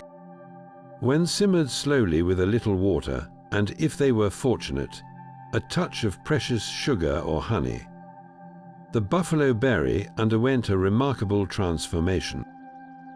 Its intense tartness mellowed into a complex, tangy flavor, perfect for creating a rich, vibrant sauce. This ruby-red concoction was a cornerstone of the frontier larder. It was famously paired with the rich, fatty meat of the bison. The acidity of the berry cutting through the gamey intensity in a way that nothing else could. It was a culinary partnership forged by the land itself. Beyond sauce, the berries were also dried into leathers or boiled down into a syrup that could be used to treat coughs and sore throats, making them a valued part of the homestead medicine cabinet as well. The buffalo berry didn't need cultivated fields or careful tending. It was a gift of the wild, a flavor that refused to be domesticated, and one that simply couldn't be replicated by any fruit that arrived by train. Equally cherished was the wild plum, which grew in dense, tangled thickets along creek beds and in ravines, their gnarled branches a promise of future bounty. The harvest was a late summer ritual, often involving the whole family braving the thicket's bugs and thorns to collect the small, hard fruits. Unlike the uniform plums we find in supermarkets today, wild plums were a lottery of flavor. Their skins could range from deep crimson to a golden yellow, and their taste from mouth puckeringly sour to honey sweet, all on the same branch. This variability wasn't a flaw, it was part of the experience. The true magic happened in the kitchen. These plums, with their high pectin content, were the absolute gold standard for jelly making. Cooked slowly with sugar, they yielded a clear, jewel-toned jelly that captured the very essence of the prairie sunset, a deep, garnet red with a flavor that was both intensely fruity and beautifully balanced between sweet and tart. A single jar of wild plum jelly opened in the dead of winter was more than a condiment. It was a potent memory of summer's warmth, a taste of abundance that defied the barren landscape outside the cabin door. And then there were the apples. We think of the apple as a universal constant, but the frontier was home to a breathtaking diversity of varieties that have since vanished from commercial orchards. Pioneers heading west carried with them sacks of precious apple seeds, or if they were lucky, young grafted saplings wrapped in damp cloth, their roots caked in mud. These weren't the red delicious or gala apples of today, bred for shipping durability and a uniform, mild sweetness. These were apples with names like Wolf River, Ashmead's Kernel, and Black Oxford varieties chosen for their toughness, their longevity in root cellars, and their specific purposes. Some were tiny and crabbed, perfect only for being sliced and strung on a line to dry into leathery apple rings that would reconstitute into a serviceable pie filling months later. Others were so tart they would make your eyes water, but their high acid content made them the only choice for a clear, firm apple butter that wouldn't spoil. These homestead orchards were experiments in resilience. A single tree might yield apples for eating fresh in September, a different variety for cider pressing in October, and a third that kept rock hard until March, its flavor mellowing and sweetening through months of storage. The taste of these lost apples was an entirely different experience. They had complex flavor profiles that could include hints of citrus, spice, and even wine. A far cry from the simple sugar water taste of many modern commercial varieties. They were a testament to a time when food was deeply local and personal, the product of a specific tree on a specific plot of land. The rise of industrial agriculture in the late 19th and 20th centuries spelled their doom. Railroad commerce demanded apples that could survive being boxed, stacked, and shipped across the continent without bruising, and that could deliver a consistent, mild flavor to the mass market. The tough, quirky, and intensely flavorful apples of the frontier, which ripened unevenly and sometimes looked imperfect, couldn't compete. One by one, these unique varieties were grubbed up and replaced, their singular tastes fading into a memory held only by a few heirloom orchardists today. A silent reminder of a time when an apple's value was measured not by its looks, but by its character and its story. While the promise of gold might have drawn men to the hills, it was the grim reality of hardtack that truly defined life in the mining camps. If you were a 49er who had sold everything for a ticket to California, your daily sustenance was a study in scarcity and endurance, a far cry from the riches you dreamed of unearthing. The diet was built on a trinity of non-perishable goods that could survive the long journey by ship or wagon: hardtack, salt pork, and beans. This wasn't food designed for flavor or nutrition. It was engineered for survival alone, a desperate attempt to keep a body functioning long enough to maybe, just maybe, strike it rich. The undisputed king of this bleak pantry was hardtack, a substance so durable it was practically geological. These were simple squares of flour and water, baked rock hard and devoid of any moisture that might invite mold or spoilage. So formidable were these biscuits that miners often called them teeth dullers or sheet iron crackers. Eating one was a strategic operation. You couldn't simply bite into it. You risked breaking a tooth. The standard method was to tap it sharply against a rock to break off manageable pieces, or more commonly, to dunk it in hot coffee or crumble it into a stew to soften it into an edible. If utterly bland, paste. Its sole virtue was its immortality. A barrel of hardtack could outlast its owner, providing empty calories long after any hope of fresh food had vanished. This was paired with salt pork, a cut of fatty pork that had been cured in massive quantities of salt until it achieved a wood-like consistency. This wasn't the bacon we think of today. It was an intensely salty, rock-hard slab that required careful preparation. A miner would typically hack off a piece with a hatchet and soak it in water to leach out some of the salt before frying it to render out the fat. That fat was the most valuable part, used for frying everything else and adding a crucial, if one note, richness to the daily pot of beans. The leftover crispy bits, known as cracklings, were a rare textural treat, a small burst of pork flavor in a world of mush. The beans, usually a cheap variety like red beans or pintos, were a constant. Soaked overnight and boiled for hours with a chunk of salt pork, they formed the starchy, gaseous foundation of nearly every meal, a monotonous but filling backdrop to the back-breaking work. The cruelest irony of the mining life was the economic paradox it created. While a man might be surrounded by the theoretical wealth of gold dust, the practical cost of real food was astronomical. A single egg could cost the equivalent of $50 in today's money. An apple might go for twice that. Fresh vegetables were such a rare luxury that the arrival of a potato was cause for celebration. This was because every piece of fresh produce, every egg, every loaf of real bread had to be transported by mule train over treacherous mountain trails by merchants who knew the miners were desperate for anything beyond their staple diet. This led to widespread malnutrition. Scurvy, caused by a lack of vitamin C, was rampant. Men would suffer from spongy, bleeding gums, loose teeth, and debilitating weakness, all while standing in a river full of gold. Other deficiencies caused by the lack of fresh fruits and vegetables led to a condition miners called the slows. a general lethargy and confusion that could be fatal in a dangerous work environment.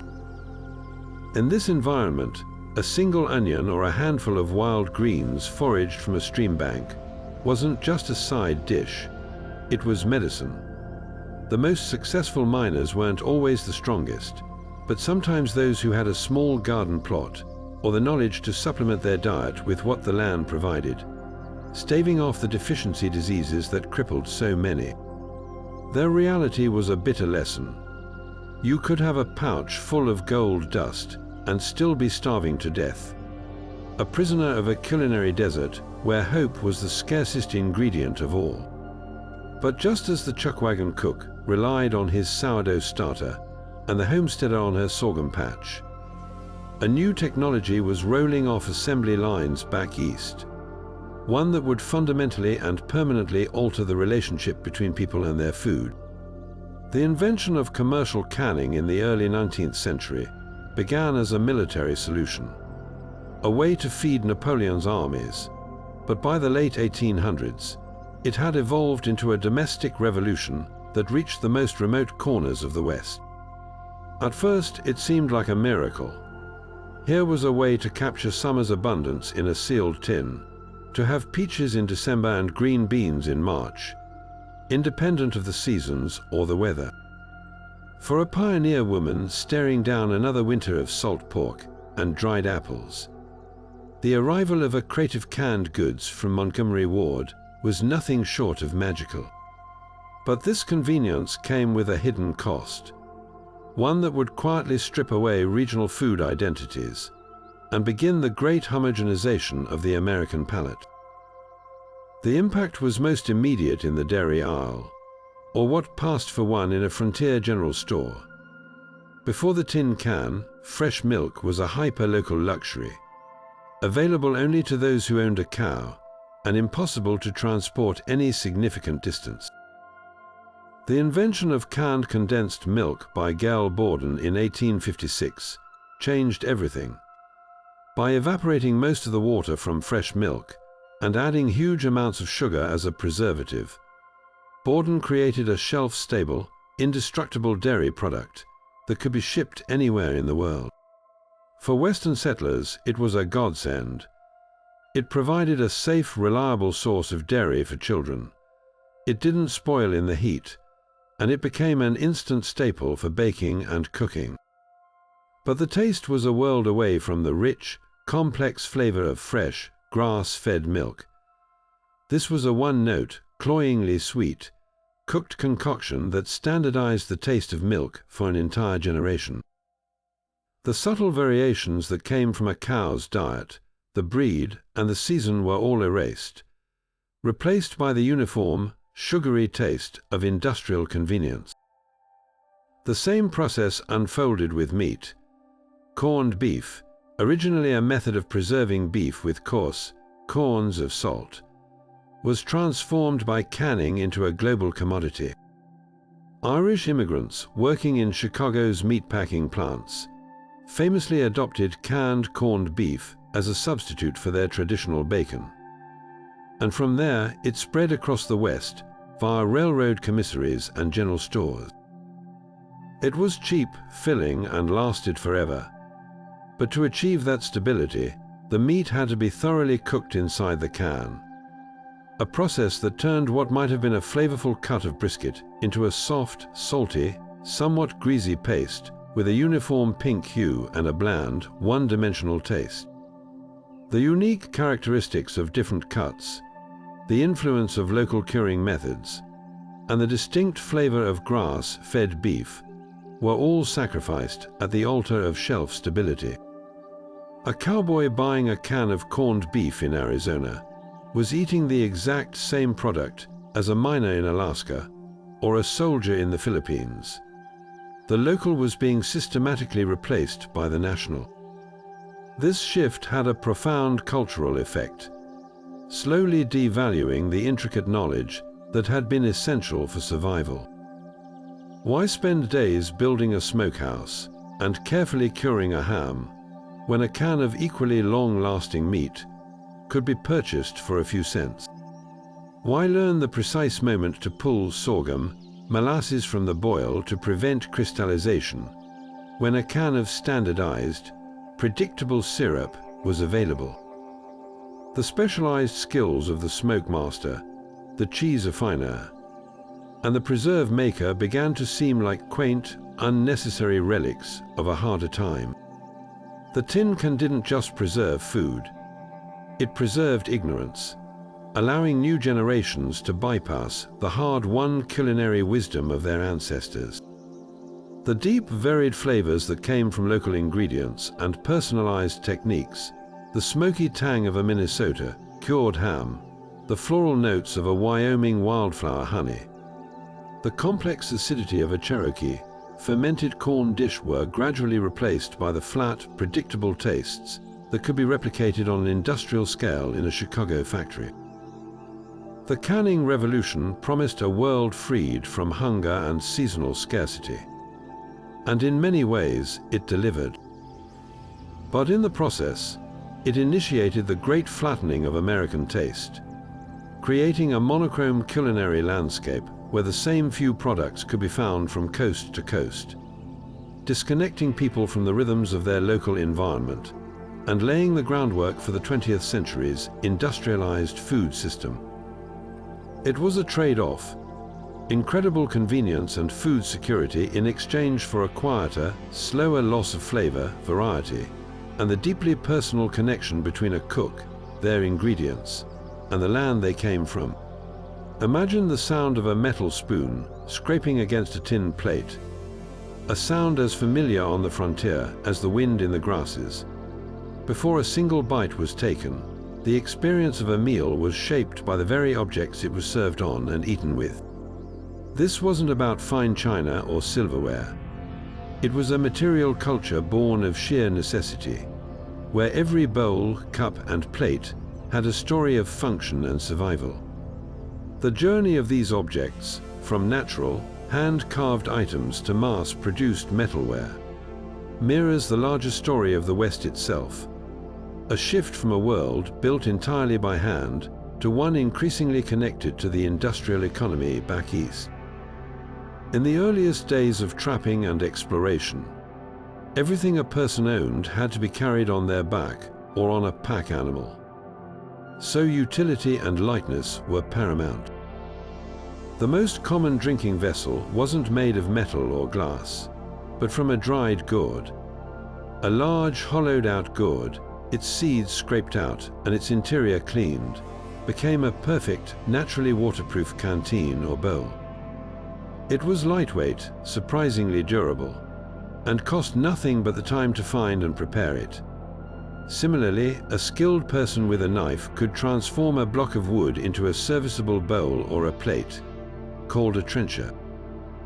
These weren't art objects. They were rough, functional, and deeply personal. They absorbed the flavors of the foods eaten from them, and they bore the knife marks of their maker.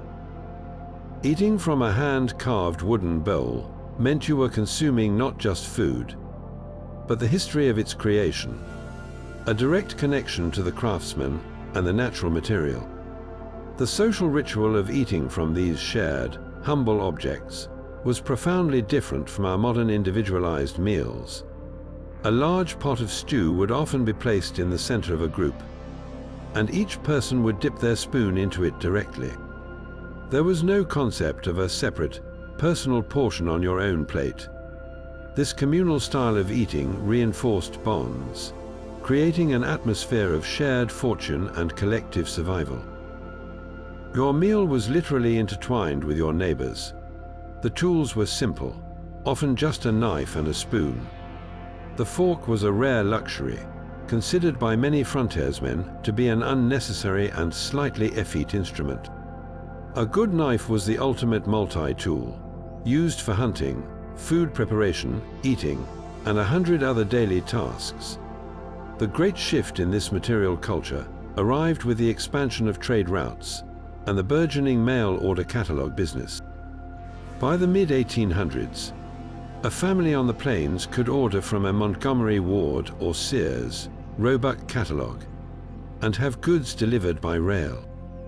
The most transformative item for the dinner table was the humble tin plate and enamelware cup.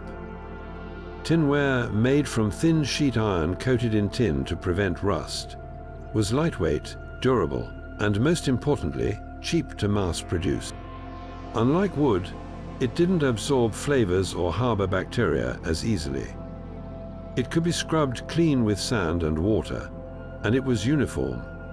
A tin plate from a company in Connecticut was identical to one used in a mining camp in California, creating a subtle standardization of the dining experience across the continent. This shift from organic, handmade vessels to identical, factory-made ones changed the social dynamics of the meal. While communal eating still occurred, the tin plate allowed for individual servings. Each person could have their own defined portion. A small but significant move toward individualism on the frontier. The presentation of food changed, too. A stew served on a dark, rough-hewn wooden trencher looked and felt one way. That same stew served on a light-colored, slightly reflective tin plate looked entirely different, perhaps even more appetizing by appearing cleaner and more organized. The ultimate symbol of this new industrial age on the frontier table was the iconic blue speckled enamelware mug and pot. Made from steel coated in a hard, glass-like enamel, this ware was virtually indestructible, resistant to chips and cracks, and non-reactive with acidic foods. It became the standard for chuckwagons, homestead kitchens, and mining camps. That distinct blue and white speckled pattern is still instantly recognizable today as a symbol of rustic, outdoor life. But in its time, it was the height of modern convenience, a product of industrial furnaces that ended up boiling coffee over a campfire thousands of miles away.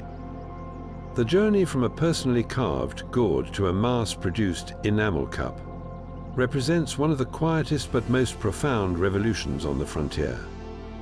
The transition from a world where you made everything yourself to one where you could buy a piece of a standardized industrial dream, delivered by rail and paid for with hopes of a simpler, easier life.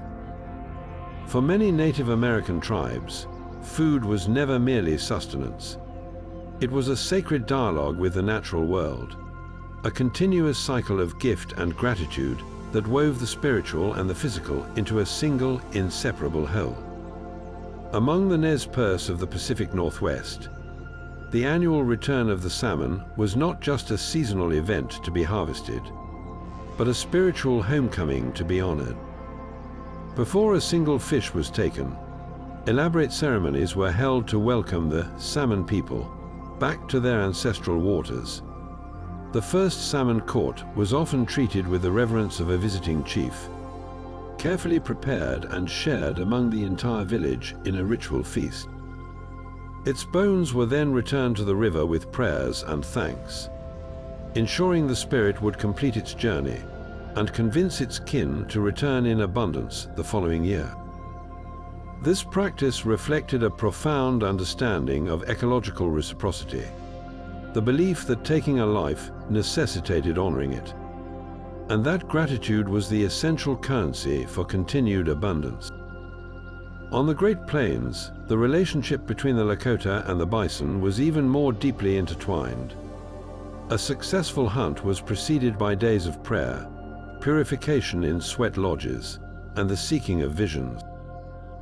Hunters offered prayers of apology and thanks to the spirit of the animal they had killed, acknowledging the sacrifice it made so that the people might live. Every part of the animal was utilized in a practical testament to this respect, but the community's gratitude was expressed further through the wasna ceremony. This involved preparing a special mixture of dried bison meat, marrow fat, and chokeberries to be shared as a sacred food, strengthening social bonds and expressing thanks for the provision that would see them through the winter. These rituals were the bedrock of identity, a constant reminder that humans were part of a complex web of life, not its masters, the systematic dismantling of these foodways by the U. S government was not an accidental byproduct of westward expansion. It was a deliberate strategy of cultural genocide. The federal government understood that to conquer the people, they first had to conquer their larder. The most direct tool was the slaughter of the bison, but it was followed by even more insidious policies designed to sever the spiritual connection between tribes and their food sources. The Dawes Act of 1887 forced the breakup of communally held tribal lands into individual allotments, privatizing the vast landscapes that were essential for hunting, foraging, and the seasonal migrations that these rituals depended upon. A Lakota family assigned a single plot of land could no longer follow the bison herds. A Nez Perce family confined to a reservation could no longer access their traditional salmon fishing grounds. Perhaps the most devastating blow was the active suppression of the ceremonies themselves. Government agents on reservations, often backed by Christian missionaries, outlawed these traditional practices, denouncing them as pagan superstitions standing in the way of civilization. They were forced to abandon their sacred dances and rituals under threat of imprisonment or the withholding of already meager government rations. These rations, typically white flour, lard, sugar, and coffee, were then used as a tool to create dependency and rewrite culinary identity. The government literally weaponized food, using it to break down physical resistance and cultural resilience simultaneously. The message was unequivocal. Abandon your old ways of eating and praying, and you will be fed. Cling to them and you will starve. This cultural severance created a trauma that resonates through generations. The loss was not just of calories or recipes, but of an entire framework for understanding humanity's place in the world. The ceremonies were a language through which values, history, and spiritual beliefs were transmitted from elders to the young. Without the ritual of the first salmon, how do you teach respect for the river? Without the prayers for the bison, how do you instill the principle of reciprocal sacrifice? The silence that followed the suppression of these rituals created a void filled by poverty, poor health, and a deep sense of cultural dislocation. The government succeeded in disconnecting people from their traditional foodways, but it could not replace them with anything of equal spiritual or nutritional value, leaving a wound that is only now, generations later, beginning to be addressed through the tireless work of indigenous food sovereignty movements. Even as the reality of frontier cooking faded into memory, a new and potent version of it was being invented back east, not in homestead kitchens, but in the dining rooms of opulent big city restaurants. The very same railroads that shipped standardized beef and canned goods west began to bring a romanticized vision of the West back to curious urbanites in New York, Chicago, and Boston. For the wealthy elite of the Gilded Age, who had never set foot on a prairie, the Wild West became a thrilling source of entertainment, a dramatic backdrop for an evening out. Entrepreneurs, spotting this fascination, created the first Western-themed restaurants, launching a tradition of culinary myth, making that continues to this day. These establishments had names like the Silver Saddle or the Golden Gauntlet, and they offered their patrons a safe, sanitized, and spectacularly inaccurate taste of adventure. The decor was a carefully curated fantasy of trophy heads, painted backdrops of majestic mountains, and waitstaff dressed in fringed buckskin that was far too clean and elaborate for any real cowboy. The menu was where the fiction truly flourished. It promised the rugged fare of the trail, but delivered a version utterly divorced from the harsh realities of saleratus bread and weevil-infested flour. A typical appetizer might be a prairie oyster, which was not the pioneer term for a raw egg in beer, but a fancy sherry-laced soup served in a dainty cup. The main event was almost always a massive, perfectly grilled steak. a cut of meat that would have been an unimaginable luxury on an actual cattle drive, served with fried potatoes and canned corn.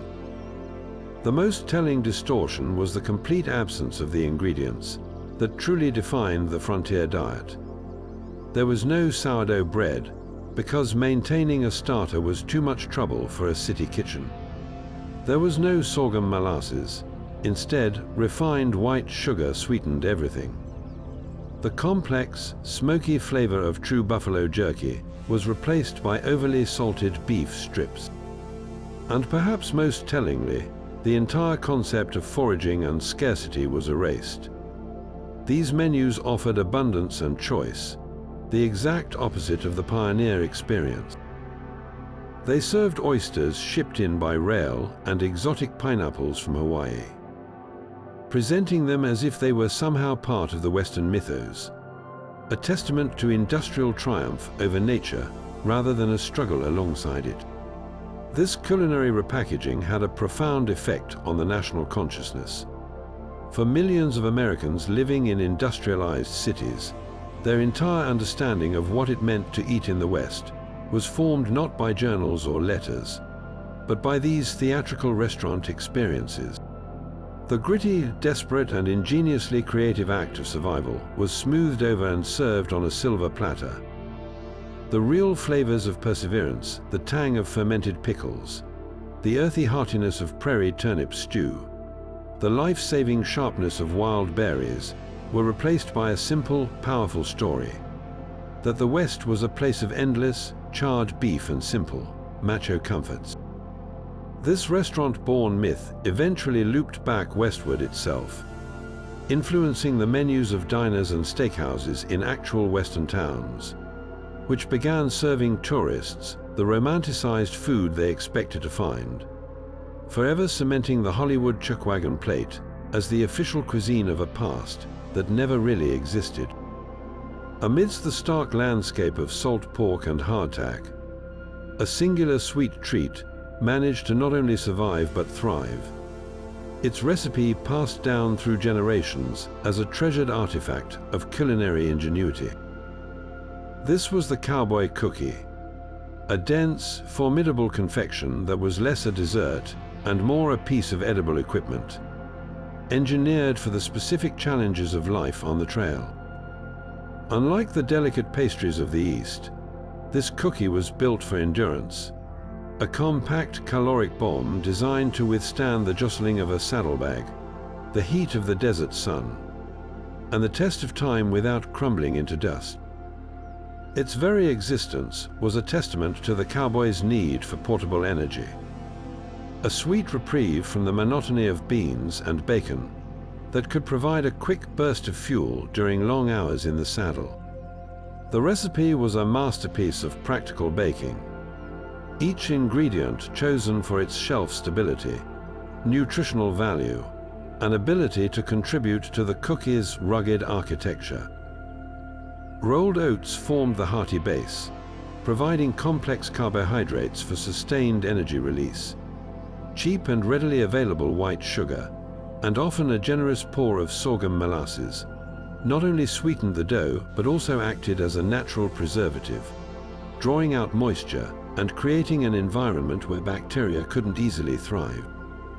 Chopped nuts, walnuts, or pecans, foraged from groves along the trail, added crucial fat and protein, while any available dried fruit, like apples or the ever-present raisins, offered a chewy texture and a precious hint of vitamins to ward off deficiency. Spices like cinnamon and nutmeg were a rare luxury, but when used, they masked any slight staleness in the other ingredients. Bound together with eggs and fat, the dough was dropped in generous handfuls onto a Dutch oven lid and baked over coals until just set, resulting in a cookie that was moist and chewy in the center, yet sturdy enough to be tossed across a campfire without breaking. Its evolution from a functional trail food to a modern kitchen staple is a story of nostalgia and adaptation. As the open range closed and cowboys traded their saddles for stationary jobs, the memory of this hearty snack persisted.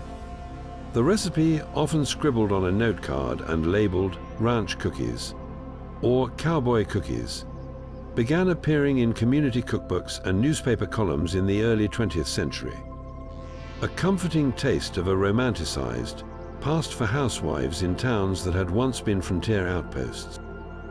The core ingredients remained, but they were gradually refined for a more comfortable world. Butter replaced lard for a richer flavor.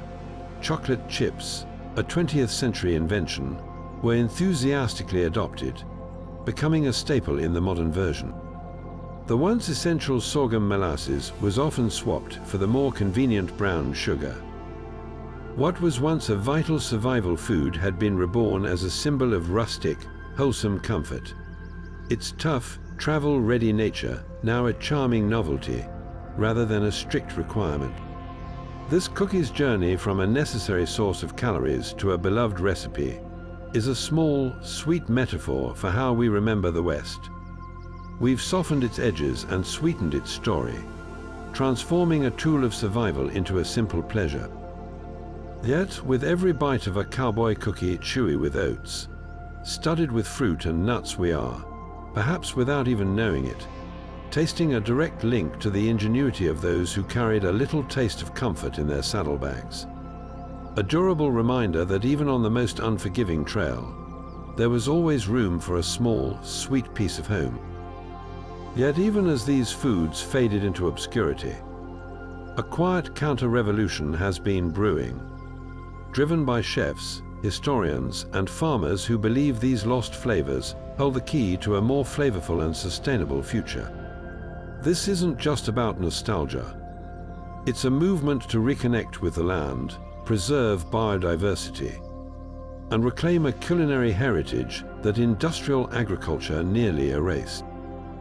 The quest to revive these foods begins with a culinary detective story, a painstaking search for genetic and cultural clues left behind in forgotten places. Heirloom seed savers are scouring remote homesteads and indigenous communities, seeking out the last remaining specimens of plants like the Dakota black popcorn or the resilient true red cranberry bean. Varieties passed down through generations not for their commercial appeal, but for their ability to thrive in specific conditions and their unparalleled taste. These seeds are more than just potential ingredients. They are living libraries of genetic information, carrying within them the wisdom of centuries of adaptation to drought, pests, and poor soil. In restaurant kitchens across the country, a new generation of chefs is treating these ingredients not as historical curiosities, but as the centerpiece of a truly regional cuisine. They are partnering with local farmers to cultivate patches of Pawnee eagle corn. Its deep blue kernels ground into masa for tortilla, as that tell a story older than the state they're served in.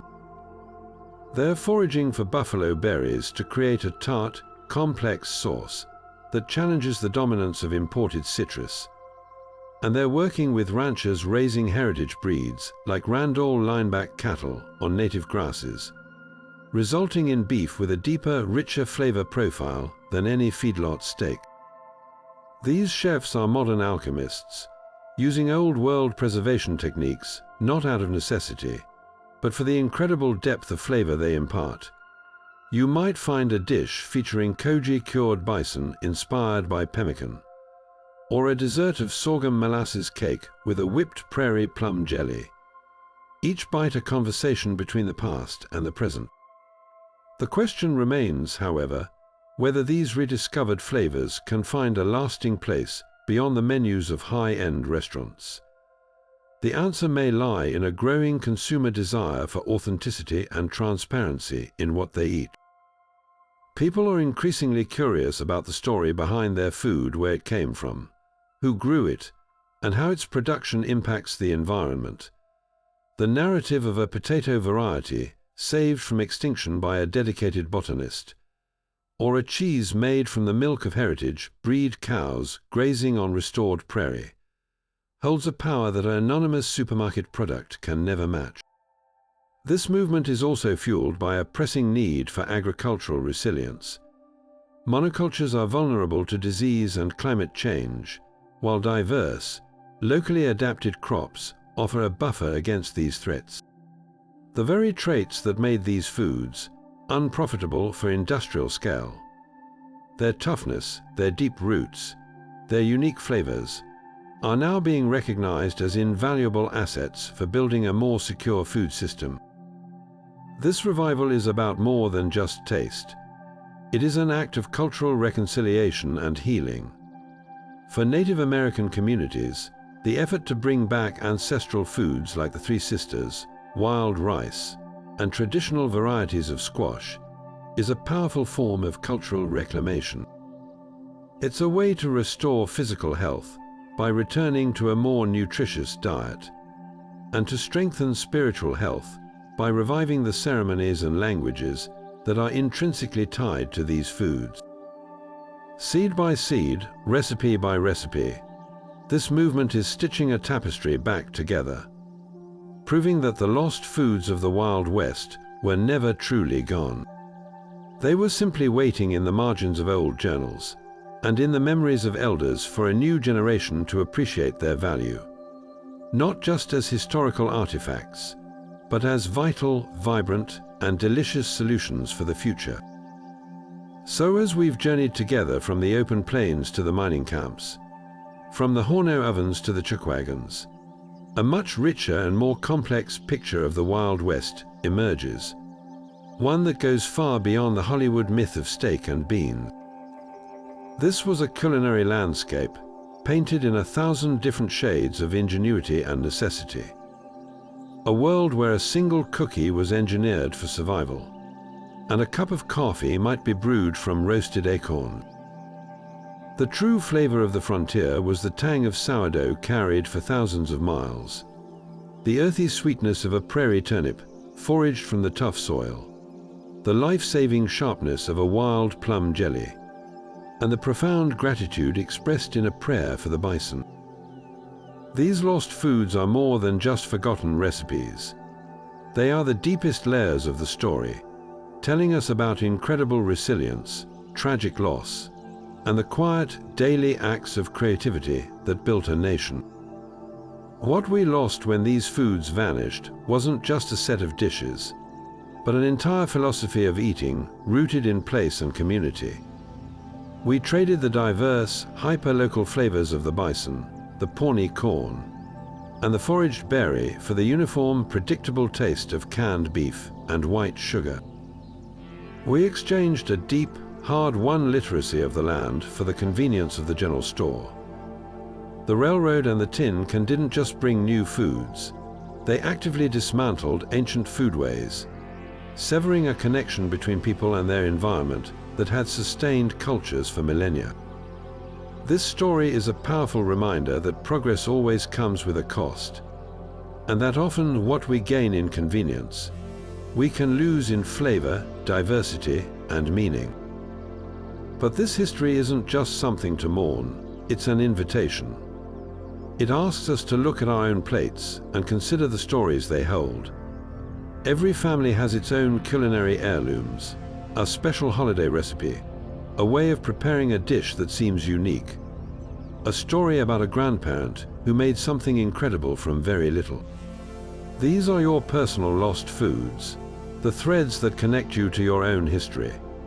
Maybe it's a technique for pickling, a secret ingredient in a soup, or a memory of a taste you can't quite find anymore. That's where history lives, not just in history books, but in our kitchens and around our tables. We would love to hear your stories. Did your ancestors have a unique way of preserving food?